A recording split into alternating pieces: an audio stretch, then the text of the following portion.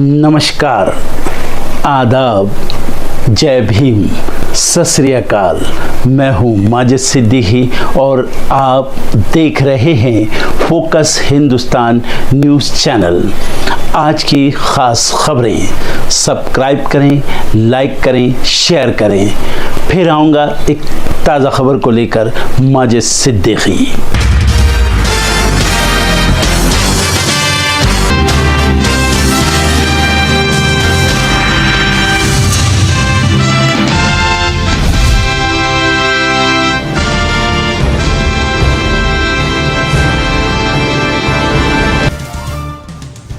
आज शाम 4:30 बजे सीएम पद की शपथ लेंगी आतिशी, बनेंगी दिल्ली की 9वीं मुख्यमंत्री। कैबिनेट में 4 पुराने मंत्रियों समेत एक नया चेहरा। केंद्रीय मंत्री नितिन गडकरी का बयान, बोले राजा ऐसा हो जो आलोचना झेल सके, उस पर आत्मचिंतन करे, यही लोकतंत्र की सबसे बड़ी परीक्षा। कांग्रेस नेता राशिद अल्वी ने बीजेपी पर लगाया आरोप, कहा कांग्रेस के खिलाफ प्रचार करे इसलिए बीजेपी ने एजेंसी को दिए केजरीवाल की जमानत के आदेश। 23 सितंबर को जम्मू कश्मीर जाएंगे राहुल गांधी, सूरनकोट और सेंट्रल शॉल्टिंग में जनसभा को करेंगे संबोधित। केरल विधानसभा में नेता विपक्ष रमेश चेन्नीथला का बड़ा बयान, कहा महाविकास अघाड़ी सरकार गिराने की कीमत बीजेपी को विधानसभा चुनाव में चुकानी पड़ेगी।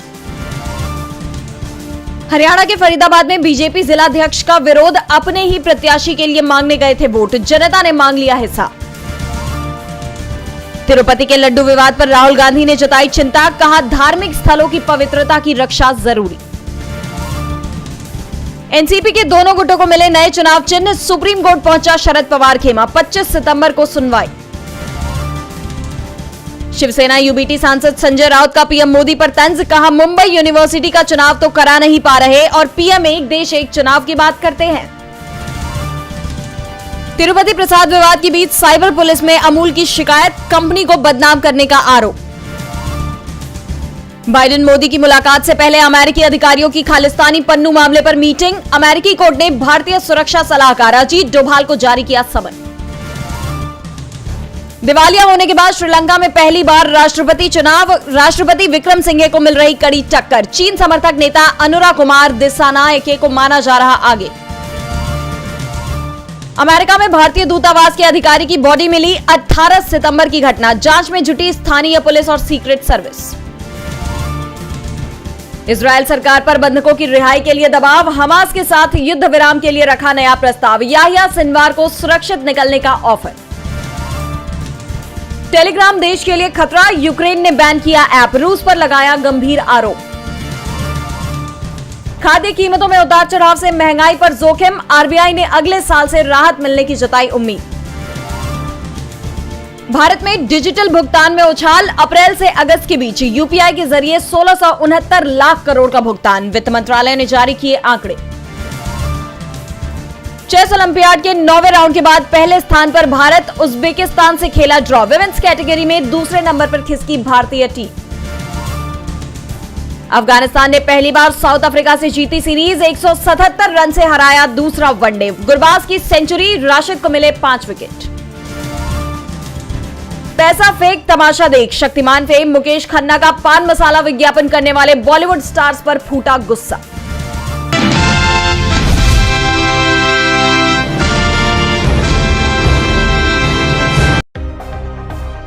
तिरुपति बालाजी मंदिर के प्रसाद में जानवर की चर्बी मिलने के बाद से चारों ओर विवाद बढ़ता हुआ देखा जा रहा है। हिंदू संगठन, तमाम भक्तगण और नेता भी मंदिर समिति और आंध्र प्रदेश सरकार से काफी ज्यादा नाराज नजर आ रहे हैं। ऐसे में नेता प्रतिपक्ष राहुल गांधी ने भी आंध्र प्रदेश के श्री वेंकटेश्वर मंदिर में वितरित किए जाने वाले प्रसिद्ध तिरुपति लड्डू में मिलावट की खबरों पर चिंता व्यक्त की है। राहुल गांधी ने सोशल मीडिया पर पोस्ट करते हुए लिखा, तिरुपति के श्री वेंकटेश्वर मंदिर में प्रसाद को अपवित्र करने की खबरें परेशान करने वाली है। भगवान बालाजी भारत और दुनिया भर में लाखों भक्तों के लिए पूजनीय देवता हैं। उन्होंने कहा कि इस मुद्दे से हर श्रद्धालु को ठेस पहुंचेगी। उन्होंने अधिकारियों से तुरंत कार्रवाई करने का आग्रह किया और कहा, भारत भर के अधिकारियों को हमारे धार्मिक स्थलों की पवित्रता की रक्षा करनी चाहिए। आपको बता दें कि ये विवाद तब शुरू हुआ जब आंध्र प्रदेश के मुख्यमंत्री एन चंद्रबाबू नायडू ने लड्डू में इस्तेमाल की जाने वाली सामग्री में गुणवत्ता को लेकर आरोप लगाया। उन्होंने कहा कि पिछली YSRCP के नेतृत्व वाली सरकार के दौरान गुणवत्ता मानकों को बनाए रखने में विफलता रही थी। लड्डू तैयार करने के लिए इस्तेमाल किए जाने वाले घी में जानवर की चर्बी और अन्य अशुद्धियां पाई गई थी। पिछली सरकार ने प्रसाद के लिए सस्ती मिलावटी घी खरीदकर तिरुमाला तिरुपति देवस्थानम यानी TDD की पवित्रता भंग की।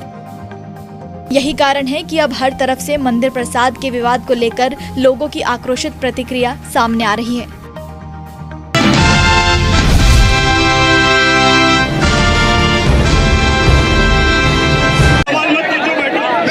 अभी जो है वो बोल रहे हैं ना, वो सुनो। अभी तुम एक बार सुनो सिर्फ,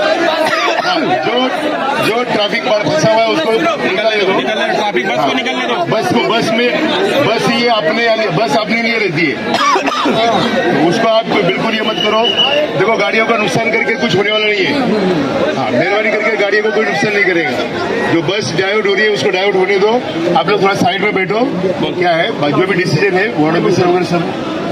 भाई लोग थोड़ा देर के लिए एक साइड बना के इधर आ जाओ। आप लोग ये बाजू आ जाओ। ये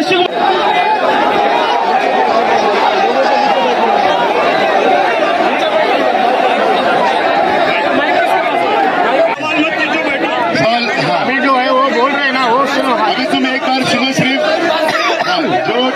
जो ट्रैफिक पर फंसा हुआ है उसको निकलने दो। ट्रैफिक बस को निकलने दो। बस ये अपने लिए रहती है, उसको आप बिल्कुल ये मत करो। देखो गाड़ियों का नुकसान करके कुछ होने वाला नहीं है। हाँ, मेहरबानी करके गाड़ियों को कोई नुकसान नहीं करेगा। जो बस डाइवर्ट हो रही है उसको डाइवर्ट होने दो। आप लोग थोड़ा साइड में बैठो। क्या है जो भी डिसीजन है वार्ड ऑफिसर वगैरह सब। भाई लोग थोड़ा देर के लिए एक साइड बना के इधर आ जाओ। आप लोग ये बाजू आ जाओ। ये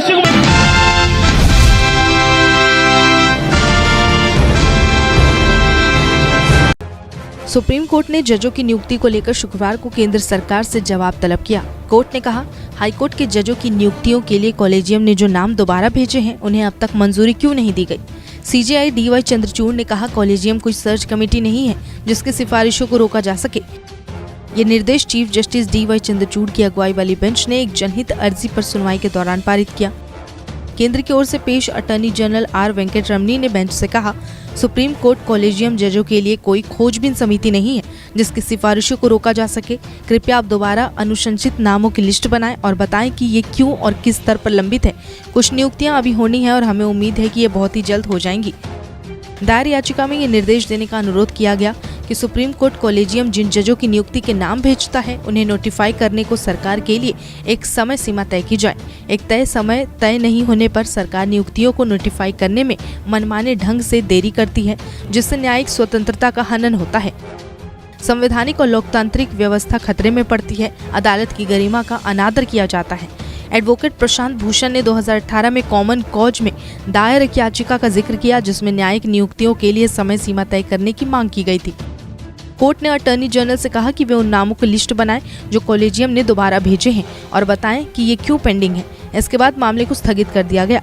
झारखंड सरकार की ओर से कहा गया कि पिछले चीफ जस्टिस के मामले में भी कॉलेजियम की सिफारिश को मंजूरी देरी से मिली। कॉलेजियम ने 27 दिसंबर 2023 को झारखंड के चीफ जस्टिस के रूप में उड़ीसा हाईकोर्ट के जस्टिस BR सारंगी के नाम की सिफारिश की थी। सरकार ने 3 जुलाई 2024 को नियुक्ति की मंजूरी दी और सारंगी ने 19 जुलाई को रिटायर हो गए।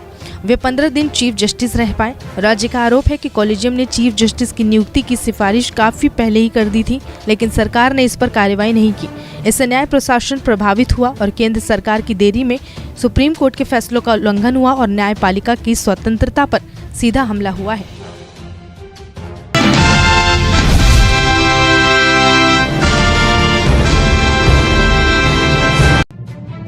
लेबनान में हजारों पेजर फटने से लगभग 20 लोगों की मौत हो गई और बड़ी तादाद में लोग जख्मी हुए, जिसमें ज्यादातर हिजबुल्लाह के लड़ाके बताए गए। दुनिया भर में इस बात की चर्चा हो रही है कि आखिर पेजर किस कंपनी के जरिए हिजबुल्लाह के पास पहुंचे और इन सब के बीच इन धमाकों का एक हैरान करने वाला केरल कनेक्शन सामने आया है। दरअसल हिजबुल्लाह ने इन धमाकों के लिए इजराइल को जिम्मेदार ठहराया। वहीं इजराइल ने अभी तक प्रत्यक्ष तौर पर इसकी जिम्मेदारी नहीं ली है। धमाकों के बाद दुनिया ये समझने की कोशिश कर रही है कि कैसे इजरायली जासूसी एजेंसियों पेजर के जरिए धमाके करते हैं। आश्चर्यजनक रूप से कंपनी और शेल फर्मों के मकड़जाल में केरल में जन्मे एक व्यक्ति का नाम भी सामने आया है जो अब नॉर्वे का नागरिक है। हंगरी के एक मीडिया आउटलेट ने बताया कि लेबनान में मंगलवार को हुए पेजर विस्फोट के सिलसिले में मलयाली और अब नॉर्वे के नागरिक रेंसन जोस की संलिप्तता की जांच हो रही है। मीडिया आउटलेट के मुताबिक पेजर के सौदे के पीछे एक बल्गेरियाई कंपनी नोटा ग्लोबल लिमिटेड का हाथ था। नोटा ग्लोबल की स्थापना नॉर्वे के नागरिक रेंसन जोस ने की। रेंसन जोस मूल रूप से केरल के वायनाड स्थित मनंतावड़ी के रहने वाले और आखिरी बार 2013 में अपने होम टाउन पहुंचे। चलिए अब आपको बताते हैं कि रेंसन जोस आखिर हैं कौन। केरल के कई मीडिया आउटलेट्स ने बताया है कि रेंसन जोस का जन्म वायनाड में हुआ और MBA पूरा करने के बाद वो नॉर्वे चले गए। रेंसन के पिता जॉस मुथेडम एक दर्जी हैं और उन्होंने मनंतावड़ी में एक दर्जी की दुकान में काम करते हैं। उन्होंने बताया कि इलाके में उन्हें टेलर जोस के नाम से जाना जाता है। बुल्गारिया एक सुरक्षा एजेंसी SAS की जांच में पाया गया है कि देश में ऐसा कोई शिपमेंट नहीं गुजरा जिससे रेंसन जोस और उनके नोटा ग्लोबल को मंजूरी मिली हो। बुल्गारिया की राष्ट्रीय सुरक्षा एजेंसी द्वारा रेंसन जोस को क्लीन चिट दिए जाने से पहले ही भारत में खासतौर पर उनके गृह राज्य केरल में उन्हें लेकर चर्चा हो रही है। रेंसन के चचेरे भाई अजू जॉन ने बताया कि उन्होंने मुझे बुल्गारिया में अपनी किसी कंपनी या वहां अपने किसी व्यापारिक संबंध के बारे में कभी नहीं बताया। हम बहुत चिंतित हैं क्योंकि ये आतंकवादी संगठनों पर हमले से जुड़ा है। स्थानीय मीडिया ने भी बताया कि रेंसन का एक जुड़वा भाई जिनसन है जो UK में है और एक बहन आयरलैंड में। ये पता चलता है कि रेंसन पिछले साल नवंबर में भारत आया और जनवरी में वापस चला गया। बुल्गारिया की राष्ट्रीय सुरक्षा एजेंसी SAS द्वारा की गई जांच में रेंसन जोस और उनके नोटा ग्लोबल को क्लीन चिट दे दी। अभी तक ये साफ नहीं हो पाया कि लेबनान में हिजबुल्ला लड़ाकों द्वारा इस्तेमाल किए जा रहे पेजर का निर्माण वास्तव में किसने किया। कंपनियों के जटिल जाल में केरल में जन्मा एक व्यक्ति भी जांच के घेरे में आ गया है। हालांकि राहत की बात यह है कि उसे और उसकी कंपनी को घातक धमाकों से जुड़े होने के आरोपों से मुक्त कर दिया गया है।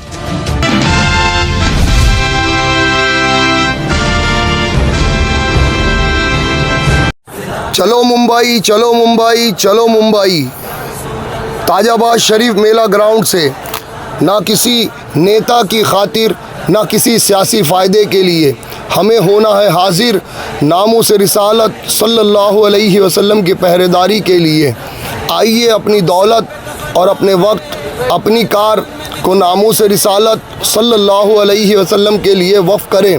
22 सितंबर बरोज़ इतवार को सोए हुए प्रशासन को जगाने के लिए, नबी सल्लल्लाहु अलैहि वसल्लम के गुस्ताख को सज़ा दिलाने के लिए, देश का माहौल ख़राब करने वालों को सज़ा दिलाने के लिए चलो मुंबई, चलो मुंबई, चलो मुंबई।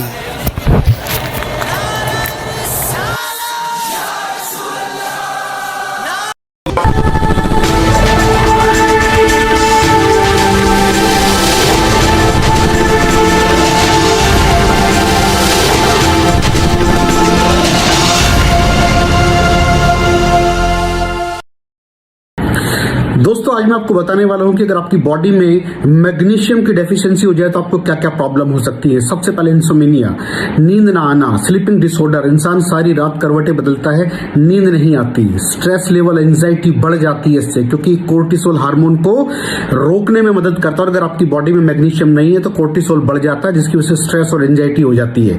मूड स्विंग्स, इंसान को पता नहीं चलता उसके मूड स्विंग्स होते हैं, थोड़ी थोड़ी देर में गुस्सा आना, थोड़ी थोड़ी देर में चिड़चिड़ापन होना, क्योंकि ये सेरोटोनिन हार्मोन को बढ़ने में मदद करता है। अगर आपकी बॉडी में less magnesium is equal to less serotonin, और सेरोटोनिन हैप्पीनेस का हार्मोन है। अलावा इसके ये फटीग को भी कम करता था। अगर आपकी बॉडी में मिनरल डेफिशिएट है, अगर आपकी बॉडी में मैग्नीशियम नहीं है तो आपको थकावट बहुत जल्दी फील होगी, जरा सा काम करती है आपकी बॉडी थक जाएगी। पुअर डाइजेस्टिव सिस्टम, ये डाइजेस्टिव सिस्टम को भी मैनेज करने में बड़ा शानदार रोल प्ले करता है, और अगर इसकी डेफिशिएंसी है तो कॉन्स्टिपेशन, डायरिया जैसी प्रॉब्लम हो जाती है। माइग्रेन बहुत खतरनाक प्रॉब्लम है। माइग्रेन अगर डेफिशिएट है आपकी बॉडी मैग्नीशियम से तो आपको माइग्रेन की प्रॉब्लम भी हो सकती है। ब्लड प्रेशर, अगर आपकी बॉडी में मैग्नीशियम कम है तो आपको ब्लड प्रेशर की प्रॉब्लम हो सकती है। इरेगुलर हार्ट बीट, ये हार्ट बीट का बढ़ जाना, कम हो जाना, बढ़ जाना, कम हो जाना, मैग्नीशियम डेफिशिएट होने की निशानी है। ऑस्टियोपोरोसिस, बोन हेल्थ वीक हो जाती है, क्योंकि आपकी बॉडी का 60% जो मैग्नीशियम है वो आपकी बोन्स के अंदर होता है। अगर आप बाहर से मैग्नीशियम नहीं ले रहे हैं तो आपकी बॉडी जो है वो हड्डियों में से लेना शुरू कर देती है, जिसकी वजह से ऑस्टियोपोरोसिस की प्रॉब्लम भी हो सकती है, आपकी हड्डियां कमजोर हो जाती हैं। और मसल क्रैम्पिंग, मसल क्रैम्प, नस पे नस का चढ़ जाना, मसल्स पे अकड़ जाना, बिल्कुल चलना मुश्किल हो जाता है। तो मसल क्रैम्पिंग भी तभी होती है जब आपकी बॉडी में मैग्नीशियम की डेफिशिएंसी हो। और दोस्त, हमारे यहाँ 90% से ज्यादा लोग मैग्नीशियम डेफिशिएंसी के शिकार हैं। कहां से मिलेगा मैग्नीशियम, कितनी मात्रा में लें, किस क्वालिटी का लें? तो उसका जवाब है वेस्टीज प्राइम CMD। इसके अंदर आपको भरपूर मात्रा में मैग्नीशियम मिलेगा, आपकी सारी प्रॉब्लम सॉल्व हो जाएगी। Thank you so much. दर्शकों, देख लिया आपने हमारे वीडियो को। हमें खुशी होगी कि आपने हमारे न्यूज़ को लाइक किया और दूसरों को शेयर किया। अगर अभी तक हमारे चैनल फोकस हिंदुस्तान को सब्सक्राइब नहीं किया है तो तुरंत सब्सक्राइब करें, कमेंट करें और बेल आइकॉन को प्रेस करें। हम हाजिर हैं खबर के लिए।